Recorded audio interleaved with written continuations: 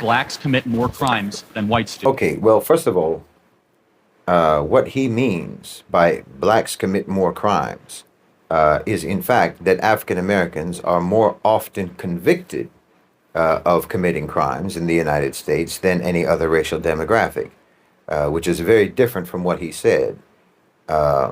All that indicates is that the so-called criminal justice system in the United States is primarily only effective in the selective investigation, prosecution, and conviction of African Americans and other so-called minorities, as opposed to investigating, prosecuting, and convicting white perpetrators. The statistics that he's citing are actually an evidence arguing racial bias in policing, in prosecution, and in trials. It's not an evidence of greater criminality along racial demographic lines, no.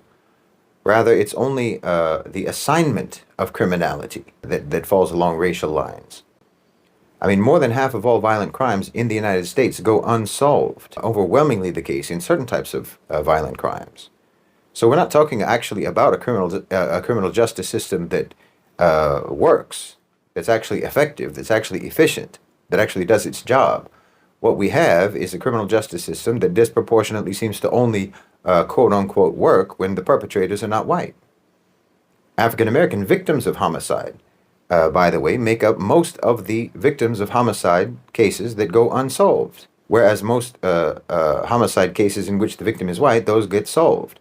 In other words, crimes against white people are more likely to get solved than crimes against African-American people or any other so-called minority group, a member of the global majority.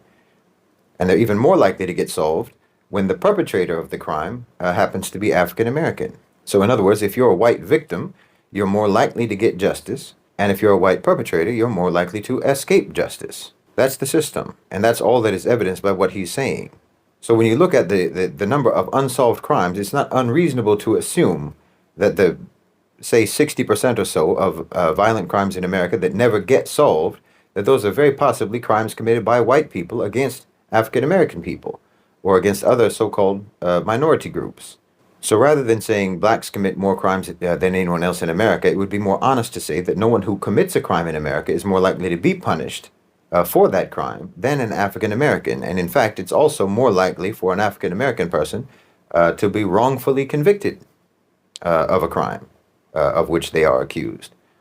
And it's more likely for them to even be punished for that, even when they have been proven innocent. And you can look at the case right now of Marcellus Williams.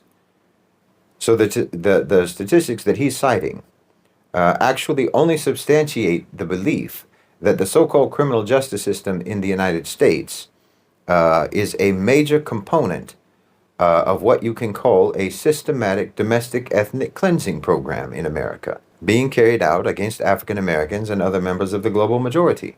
That's all that is evidenced by the statistics that he's citing. And this, in fact, demonstrates a vastly greater degree of criminality than anything that he mentioned.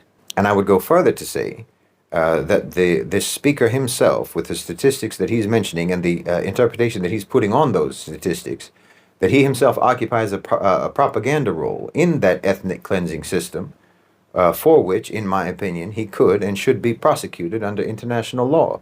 So I really would hope that people would take this more seriously and understand the gravity of what so-called minority groups, members of the global majority, what they are facing and what they are enduring, and the human rights violations that are committed against them in the United States, that you would take that more seriously, so that when you see someone who is clearly playing a propaganda role in support of what, again, does constitute an ethnic cleansing program in America, when you see someone who is occupying a role of propaganda in support of that system, normalizing that system, justifying that system, rationalizing that system, understand that this person is a criminal.